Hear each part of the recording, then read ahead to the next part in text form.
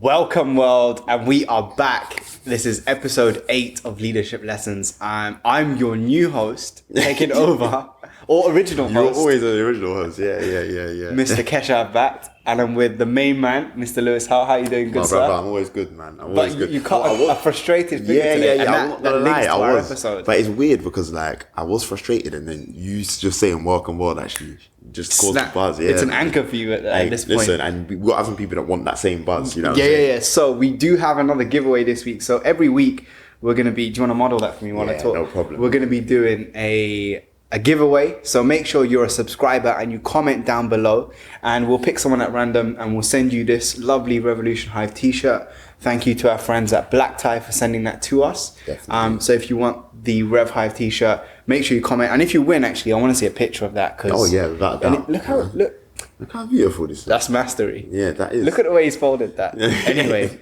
so do you ever feel like you just don't have any motivation? You might have the right ideas. There might be a meeting that you're in and you don't feel like you have the courage to speak up, or you're constantly avoiding certain opportunities to make sales calls, to step forward as a leader, because you don't have this missing ingredient that we talk about so often, which is confidence. And that's what we're going to be talking about today. So stay tuned. We're going to go into our thanks for the cut at the beginning as normal, and then be talking about the essential tips that you need to implement right now so that you can build more confidence. But let's start with thanks for the cut. And I believe that I've got a very good cut. So yeah, no, your cut's quite strong actually.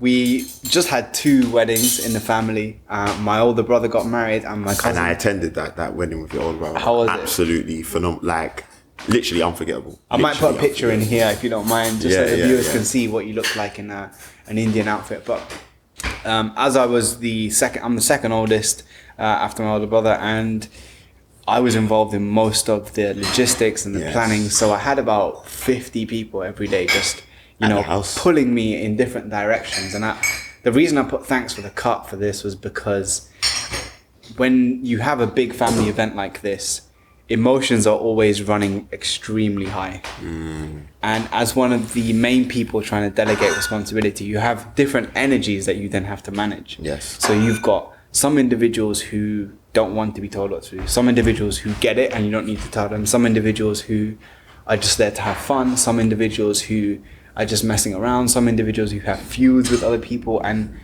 you're trying to move them in this direction over here. And there were so many times where I could feel my own emotions, being triggered off. Yeah. Just like stop messing around, or just get this done. And your job as a leader is, one, not to react to be aware. And as Andrew said in a previous episode, which if you haven't seen, definitely check that out. Phenomenal episode 5. Yeah. He said, tune into your feelings. I had to do that and then decide, okay, well, that's the feeling, it's there, but how am I going to act and behave as a leader, and how am I going to communicate this is what we need to get done? So that was my thanks for the cut. Was there were so many little things, from we didn't have enough paper plates to not enough Coca-Cola to somebody needs a special diet requirement because they've got kidney problems or diabetes, and just managing all of those things. And with family, as you know, it's very emotive. With business, I could tell you, this is something that you need to improve on, and we're on the same wavelength. In a family environment, you've got so many different people, so many different agendas. And of course, I think also because it's weird, people assume, and I don't want to go into it, but sometimes people say that family is not based on just blood, but some people say it's based on like loyalty. But the funny thing is, and I know this for sure, like there are family members that I know I'm not as close to as I am to you. So that's why when you say something to me, or if I say something to you, we're less likely to respond emotionally, because we just get each other because of, proximity, the time we spent together. But you do have family. I mean, you have family coming from international we had locations. India, Canada, Australia, America. Go. So the love is there, but they don't necessarily know you as a person inside out. So the tone you use when you say something, they may receive different. And there's also now, because they are in a different part of the world, we have to take into account that in those parts of the world, it's different. So the tone that you use when you speak to them, when you're giving them an instruction, may be very different to another part of the world, and they may then respond in a way that you wasn't expecting. Exactly. So hats off to you for the way you did deal with that, man. Do you know what I mean? And I think you saw it at its most raw, its most passionate. Of course. And that's actually the thing that I think this has made me reflect on it, and it's part of the reason why I picked it as thanks for the cut, is because it's made me question, where do I draw the line? You know, you referenced it there. We have an entitlement almost as family that, oh, we're family, so you have to treat me a certain way. But how far do you actually take that? I would love to hear the viewers, what do they think in the comments? I mean, how do you guys deal with, so my question to you, have you ever experienced or heard of a family feud, or even a situation, not even take that extreme, where there's a disagreement, and how do you view it? Do you have it as a kind of, you're a matcher, so you match whatever they match? Do you behave in terms of, well, it's family, that I'll do anything for them? And what are the pros and cons of those things? So that's my thanks for the cut, man. No, that's powerful, bro. And obviously my routine and my gym just went straight out the window. So every day, but you're back in the gym now, right? Because you got, look, you know what I mean? Yeah. You haven't worn this in how long? This is a brand new one because I lost it. Wow, there you go. Do you know what I mean? So always looking to get better and improve. Love that, man. So do you want to go into today's topic? Yeah, so today's topic... But let's really deepen, like, you know, how important it is to go into this topic again, man. I mean, I don't know if either of us want to share any examples. Yeah, I mean, what's the importance of confidence for you? I think, I'll be honest, confidence for me is a double-edged sword, because externally, and I'll be honest, as an individual, I do find myself to be very confident. I do have a lot of self-confidence. But then where that can shoot you in the foot is now you're expected to always be confident. And so I would love to hear from you guys, if you're seen by your peer group, by your family, by friends that you may have, are you seen to be someone who is consistently confident? And then how do you respond maybe when you're lacking confidence? So where this comes from is the fact that, you know, essentially I've been working very hard on Revolution Hive for the last, what we're talking about, a year. And 18. also that's a thanks for the cut for me there, actually. Yeah. Because there's been so many times over the last month, and you know this, and that I felt like, oh, I'm not pulling my weight. Like, I've left him alone. Yeah, I know. I'm not giving him enough support, and that's been always there as that internal dialogue. And Lewis's response has always been, "That's cool. Like, I got it. It's cool. But as a leader, and that's another thanks for the cut that I just wanted to throw in there. Was like, but that's it. But you know, it's very much. It reflects on both of us in that you now realize how much of a giver you are. And I've also then had to say to myself, well, actually, like, this has helped me to just be cool with, like, this is my boy, and I understand, like, the priorities that he has. Do you get what I mean? But yeah, I think confidence is one of those things that's interesting, because as much as I've been working very hard on Revolution Hive, you know, doing things for my other business, and then the few other commitments I have, like, you know, I'm in a relationship and stuff like that. But then, obviously, I love football. And football's one of those things that I've always known I have the ability to, I just want to be able to play at the highest level I can play. And, you know, who knows where that may be. But for now, I know that is first step, because as I say, with every journey, you just have to start with the first step. Just get your foot in the door and get back into semi-pro football where you used to be. Having been out for 2 seasons. So I haven't played the last 2 seasons. So for me, it was almost like I believed in my ability, but then it was a wake-up call when I was behind the pace. So like sometimes I'm going into match situations and I think, yeah, I'm good because I'm fit again and stuff like that, but I'm not sharp. And so then I'm having a couple of games where like, I'm like, oh, there's things happening here that wouldn't normally happen. That actually impacted my confidence going onto the pitch certain times. And I had to go through that mental battle of increasing that confidence. And it hurt. It hurt because I'm playing against players that I know when I was in my prime, I would have destroyed. And I wasn't. So which then adds to the lack. It adds to that lack of confidence. And then you're going, whoa, like, am I really as good as I think I am? Like, genuinely, in the last month, I've had moments when I go, am I actually as good as I think I am? You know? And so when that thought comes up, what's the emotional response? How does that make you feel? Like, genuinely, I feel almost pain. Like, because I almost, do you know what it is? I got to a point about 3 years ago when I said to myself, not just in terms of football, but in terms of my life, like, think about all the people that have invested in you. Like, really sit down. I want to hear from you guys. Like, just make a list, even if it's in the comments. Like, who are the people that have invested in you? And I don't mean in terms, you know, it's funny because we're sitting in a venture capital firm right now. So thanks again to Balderton for allowing us to be here and for allowing us to film here. But, like, I'm not talking about financially. Well, I am talking about financially. I'm not talking about, like, a business investment. I'm talking about, like, just even down to, like, when you were growing up, who was the person that changed your nappies or bought you clothes or dropped you to your recreational activities or, you know, just called you every now and then to just make sure you were good, or like got you tickets to an event to go and have a new experience. Like, these are all people that have invested in you.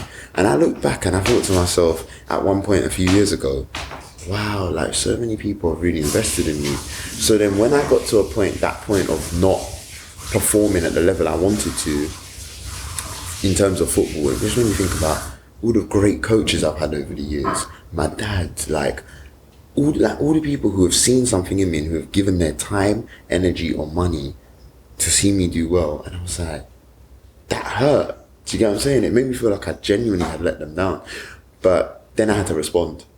And this is what we're going to go into in today's episode. Exactly. So you've described really, really well there. And I think before we go into this topic of confidence, what it's like to not have that. Yeah. And what happens when you're expected to... You're Lewis Howell. You're that guy that was always cracking jokes, making everyone laugh. Yeah, that's You're it. always full of energy. You're always confident. And then when you have that expectation, so what happens the day when you're just like, I'm pissed off, I don't want to talk to anyone.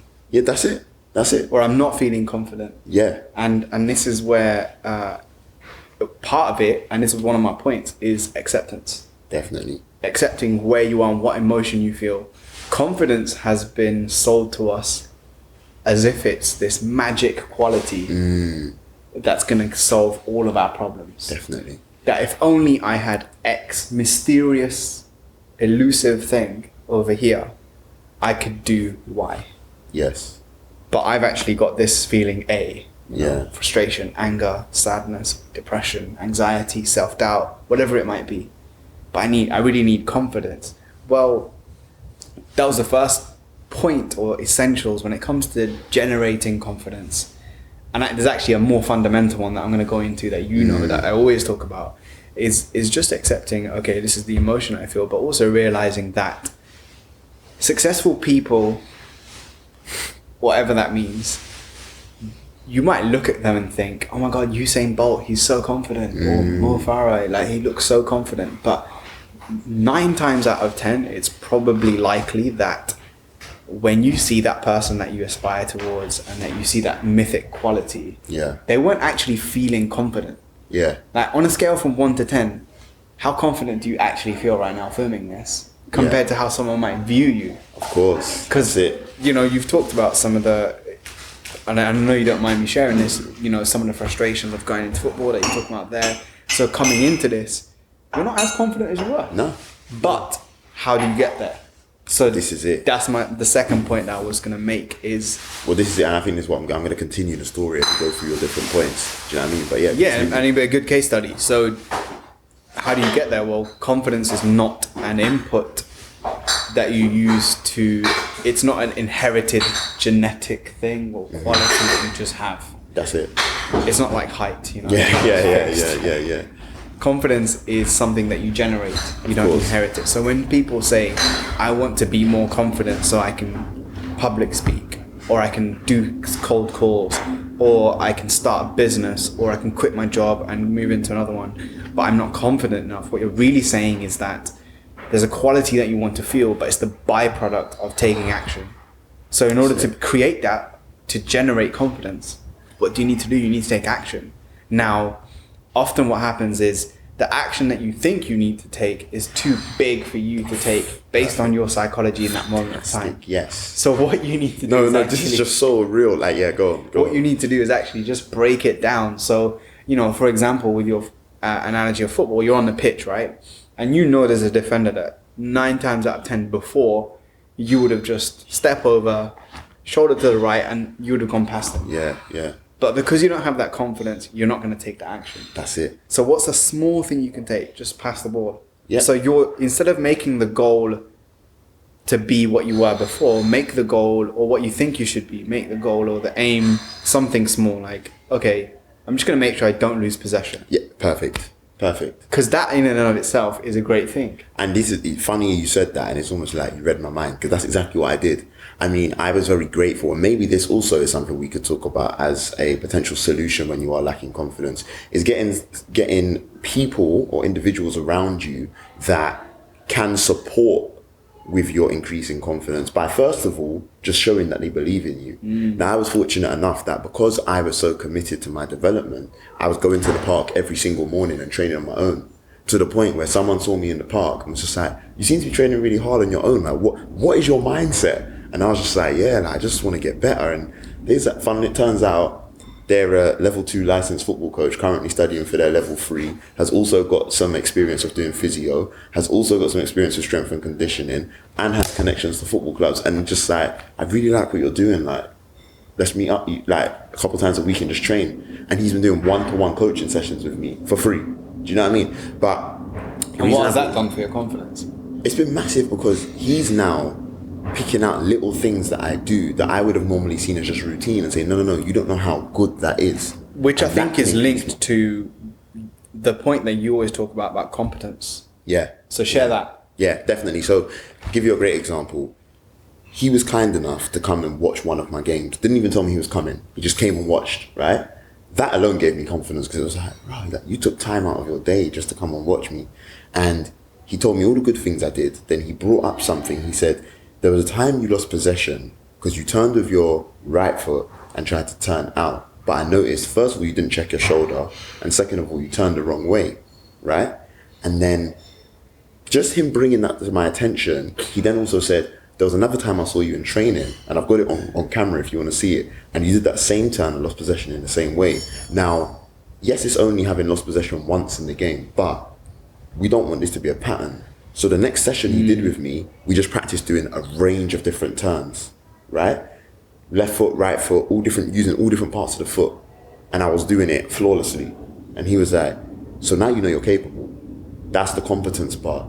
He said, Lou, I didn't have to ask you to do the turn more than once, and you failed doing it, and we had to do it 3 times before you got it right. You did them first time. So you know you can do it. But he needed to get the muscle memory back. I haven't played in 2 years. It was a case of, no, you just need to actually do these turns again to remind yourself you're capable of doing that. Because that turn you did was your safety turn. You know you can do that one, but you forgot you can do all these other ones. And that as soon as I realized, oh yeah, I'm actually really good at that. Now I was in a training game last night. I'm doing various turns throughout the game. Do you know what I mean? And so the competence bit comes in now. It's so important to realize that you're capable. And that will increase your confidence. Well, we are less likely to do things that we don't think we're able to do. Yeah, I mean, if I were to take it to a completely different world, if you asked me to run a venture capital firm right now, I don't know what I'm doing. I have no idea. But there's a process there of, okay, I want to be more confident. No, I don't. I want to be competent. Yes. And I realize that I'm capable. I want to be committed, and that will create confidence. So it's almost a linear formula. Exactly. Literally, like, it's almost a linear formula that you must take action, receive either positive reinforcement or positive recognition. Because if you don't have the external and that can people be to internal give you, or right, external. that's what I was gonna say. If you don't have the external people to give you the reinforcement, but at least you have the recognition from yourself that, oh, that went okay, or oh, I'm still alive, or oh, that didn't go as bad as I thought it was gonna go. That reinforcement or recognition is what then causes confidence. So it's action plus reinforcement or recognition. That's what causes confidence. So that's essentially what you were trying to explain to our viewers. Exactly. So instead of aiming for something that's elusive and not tangible. Definitely. Because you're constantly going to be chasing that. And the other problem is in the environment that we're in, you got YouTube channels, Facebook pages, Instagram pages that market the hell out of, oh, you just need to be more confident, or the 7 things that confident people do. But notice the wording, it's the things that they do that make them confident. That's it. And when you set your goal as such an unattainable thing that is just a unicorn, it's going to continue to feed that feeling of there's a scarcity and a lack there. So when we talk about confidence, those are some of the key things. And I don't know if there's anything else. So can I almost set a task for the viewers? I mean, we're asking a lot of you guys, but this is it. We want you to engage, because what you have to understand is leadership lessons. The reason we've called it that is because not only do we want to lead you, we want you to also lead us, and we want you to lead each other. That's what we're all about here. So we're asking a lot from you in terms of how we want you to engage in the comments. But there's an activity that we do when we teach leadership to young people, and in that session. In the Leadership Academy, in the Leadership Academy. So do you want to tell them a bit about some of the stuff we've been doing in that recently, just before I give them the activity? No, tell them, but I just wanted to reference that. So in the Leadership Academy, this is one of the things we do, but we also do it when we work with young people in schools. So, again, if there's teachers out there, please feel free to use this as an activity, or get in touch with us if you want us to help you to develop this in more detail. We have something called the Pledge to Prosperity. And essentially, when Keshav was creating our free leadership course that you guys can sign up to, you literally just have to put your name and email address, and you'll get a free leadership course that's been certified and endorsed by a number of different leadership organizations. And one of the activities that we do when we do this session physically, as in face to face, is called our Pledge to Prosperity. And what we're basically going off the premise is, and we got this from Brené Brown, that when you feel weak or vulnerable, you need to then identify the action you can take to feel more courageous. So when I felt weak or vulnerable, saying to myself, am I as good as I thought I was? Like, why am I making these mistakes that I don't normally make? Because I hadn't been taking action for 2 years. What I then had to do was say to myself, well, taking your advice, Kesh, break it down. What can I do? Well, what I can do is get up at 6 a.m. every morning and be in the park by 7 o'clock and do a session on my own or with someone.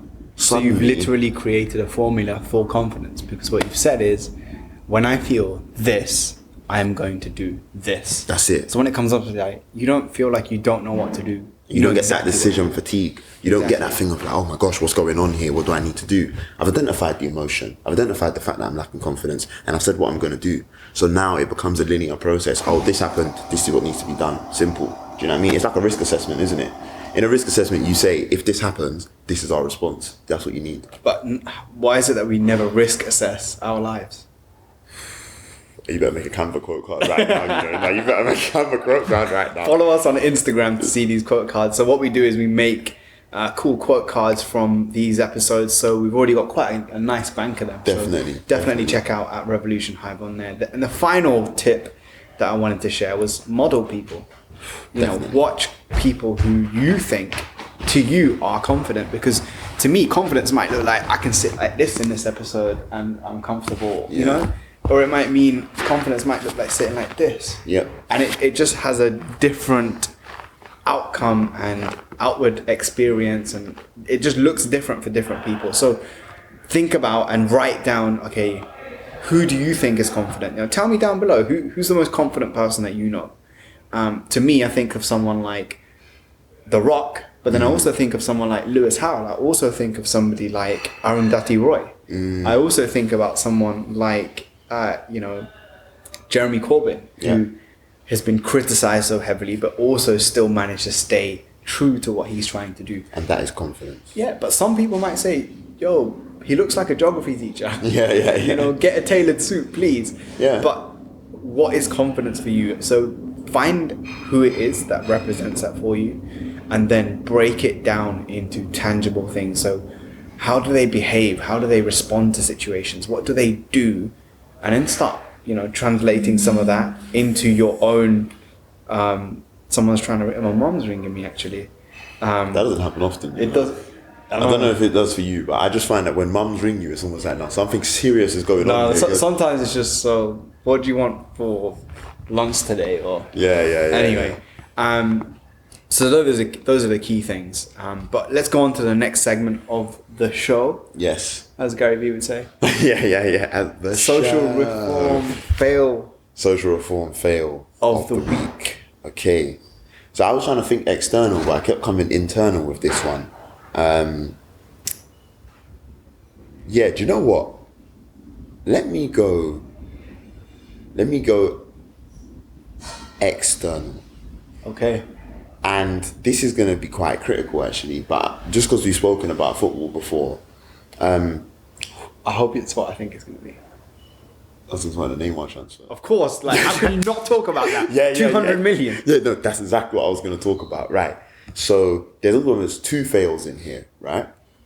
So how social it is questionable, but essentially what you've got is a situation where Neymar, who is arguably in the top 5 footballers in the world, has decided that he's going to leave Barcelona to go to Paris Saint-Germain, right? Paris Saint-Germain have massive investors and owners at the moment. And where does their wealth come from, I wonder?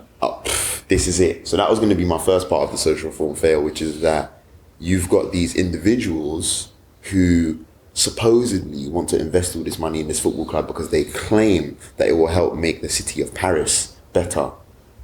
But really, what are you doing?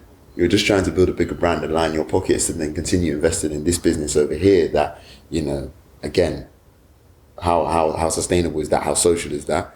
But anyway, long story short, he's decided he's going to leave Barcelona and go to Paris Saint-Germain. The fee on its own of £200 million, it's mind-blowing. Like, don't get me wrong. I mean, like, of course, if I was a footballer and someone felt that they valued me at that, it's quite flattering, but where does that figure come from? Like, let's be honest, like, where does a £200 million figure for one individual in their service come from, you know? And so my first criticism was actually going to be to Neymar himself.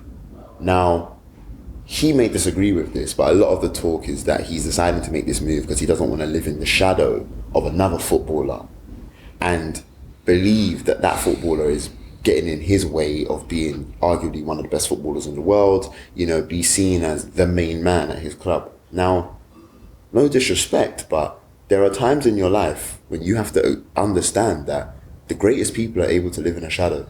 Xavi never won the Ballon d'Or, and he played for Barcelona. How many titles did he win? How amazing was he as a footballer? How many people literally... And tell us down in the comments, you know, what do you think? What do you think of this transfer? Because it's not like... Do you think footballers lost the plot?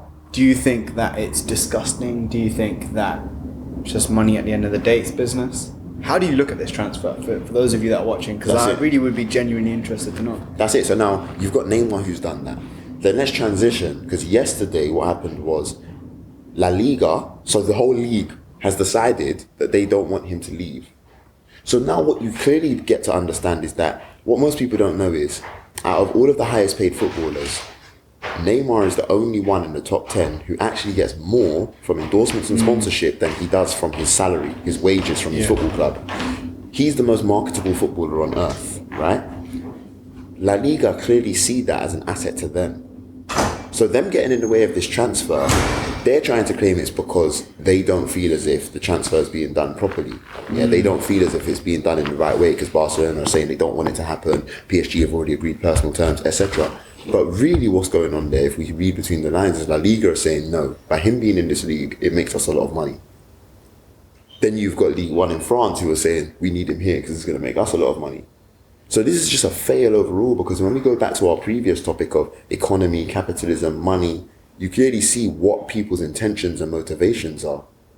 Let's be real. The elite are living in an entirely different world to us. 100%. The Panama Papers show that. 100%. This shows that. Tell them a bit about the Panama Papers if they don't know what that is. I know this literally could go on for an hour on its own. But So the Panama Papers are, I'll keep it simple, a leak of information which show that a lot of corporations, governments, individuals have been offsetting their wealth in a particular bank, I think in Panama, which is where the name came from. But there's some great stuff done by, I think it was released actually by The Guardian, but I went to see a talk at South Bank by Aditya Chakraborty, who has done some awesome stuff on this. And there's a great book that I'm reading right now called How Corrupt is Britain, which tells you more. But you can see that they operate in a completely different rule book. And this is a good example because you've got financial fair play. that's it. I don't care. Yeah. Here's 200 mil. I'll take that. Yeah. Let's go. And to be paying, even forget about the transfer fee. Obviously, that's the most 26 million. visceral thing. But the other thing is, per week, he's receiving $500,000. Yeah. 515,000 to be exact. I'm sorry, football is important to me. I love football, but it's not worth that much. Of course not. Like, you're not that important. I'd rather see a teacher. I'd rather see even a politician or someone who's doing some kind of public service getting paid that amount, because at the end of the day, where is that money going? And also, where is it coming from? Because if you follow that trail, it will tell you something about where our priorities really are. That's it. So that was the social definitely reform fail. social reform fail of the year, decade, the century, the league, yeah, all of it. And this is where, you know, Arsene Wenger gets a lot of criticism, but he did a degree in economics. I think he did, right? Yeah, he did. Yeah. And he said, you know, it's not just the fee, but it's the knock-on effect. Definitely. Because now everyone else's prices go up. Of course. And we've seen that 3 times already in this transfer window. And we may see it again with the sale of Kylian Mbappe, who, to me, I think it's Kylian. Kylian Mbappe, who, if he ever makes a move and it's in the region of 160 million, I will throw up. Whilst we're on that topic, for those who aren't into football, what's the most shocking transfer fee that you've heard that you're like, you're not worth that much? Yeah, really quickly, that's going to be controversial. Really quickly. I'm going to go Paul Pogba. I'm actually going to go Paul Pogba, 100%. Like 100%. I'm going to go Mesut Ozil. Okay. Fair play.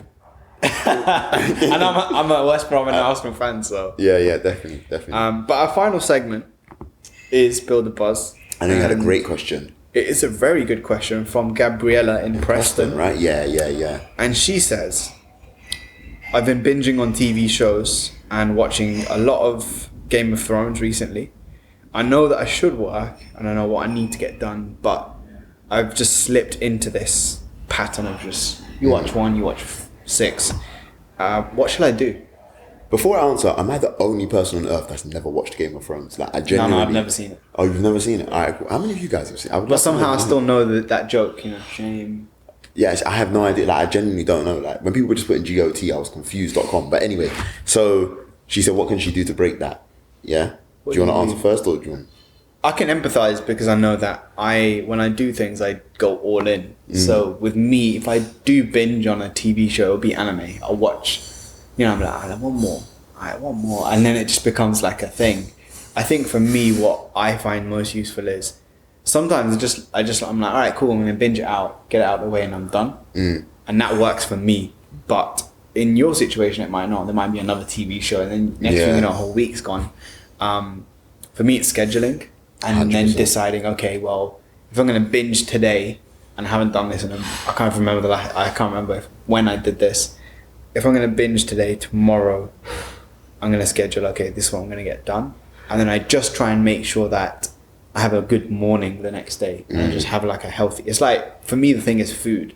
Yeah. So if I binge on cookies and crisps and junk food, I'll just make sure, okay, the next meal is going to be a really healthy one. Yeah. And then I just feel good. That's the whole thing that we've been talking about today.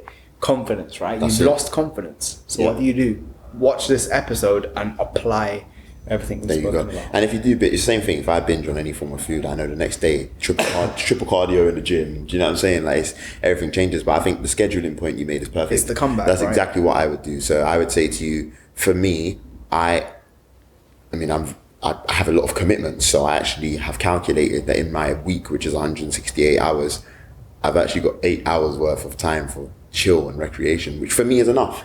Not everything's going to be the same for everyone, but for me, that's enough. But what I find is I just try and commit to one show per quarter or year. And what's your show right now? I don't have one because I only watch 2 shows. What should Lewis's show be? I don't have a show. Make sure you say that in the comments. I literally only watch, and this is going to sound so terrible and I probably should justify why I watch them, because it's not like I'm just in it for the entertainment. I'm actually in it for the way it makes my mind work. But Empire and How to Get Away with Murder are the only 2 shows I watch. Never seen them, but... and they're not playing right now, so I don't have a show. Nice. Do you know what I mean? But yeah, so watching my show. Me and you know who are gonna say. Jump on Naruto. Yeah, I know. Everybody's Attack on Titan. I've actually watched one episode of Death Note. It was pretty cool. It was pretty cool, to be fair. We're gonna fall out. Guys, he just said, I watched one episode of Death Note. It was pretty cool. It was. I thought it was pretty cool. I'm questioning our relationship. Alright, guys, we're gonna have to wrap up. So hope you guys enjoyed this episode, and I have one call to action, because action is the name of the game today, and was as ever really, and that is, what's been the one thing that you've learned in this episode that surprised you? What's been the one thing that surprised you? Because some of the stuff you may have heard before, you may have heard in a different way, but what surprised you, and most importantly, how are you going to apply it? We are also... I was just about to say, yeah, go on. I just needed to have a dramatic pause. We are also accepting applications to join our Revolution Hive Leadership Academy. So what is, in a quick sentence... The Hive Leadership Academy is a community where, let's just imagine this, Kesh. Okay. Imagine you got Bill Gates, Elon Musk, Oprah Winfrey, Yeah. Warren Buffett, Gandhi, Mother Teresa, all when they were at the start of their journey. And you got them to just get together every single week, learn together, be reading the same books, be sharing their experiences about how they're going to get better as individuals so that they can then affect the society and communities that they live in and that they are contributing to. Great explanation. Great explanation. That's what. What we're doing with this leadership course, which we've been running for a good 2 years now, is bringing together people who are committed to their personal development, but also, leaders who are working in senior roles in the youth and third sector, so a school, a charity. They might be running their own small business, and they understand that they need to be at the top of their game. They need to build the habits. They need to read the books. They need to keep working on their weaknesses. They need to keep developing their strengths. And what we so often do is we work in isolation. So all of you guys watching, you're commenting on your own and you're in your own silo of experience of seeing this video. What if you started talking to each other? What if you then started to have a call? You started getting training on all these different topics in an organized way to get you to that certain point. So every month we have a theme. For example, this month's theme is empathy. Last month we looked at self-awareness. Yeah. So if you're interested, click on the link down below, apply, and then one of us will jump on a call with you. We'll discuss your specific needs and what you're trying to achieve and how the Leadership Academy can help you. But definitely go and check that out. If you have any questions. And spaces are limited, we must say to you. So I think we've only got 3 left, right? Literally 3 for the month of August. So we need, act fast, literally. So if you have any questions, I was going to say, email us directly. That's it, Keshav at revolutionhive.com. Lewis at Revolution Hive. And Lewis is spelled Louis. Yeah, sometimes people. That's it. So your application will get rejected. Yeah, that's it. Automatic. So hope you enjoyed this episode, guys. And as always, do you want to do the end nugget actually? Because I always get to do the catchphrase. Yeah, you do always get to do the catchphrase. So should I do the same catchphrase? Yeah, of course. Yes. All right, cool. So as always, accept the best and absolutely nothing less. Peace.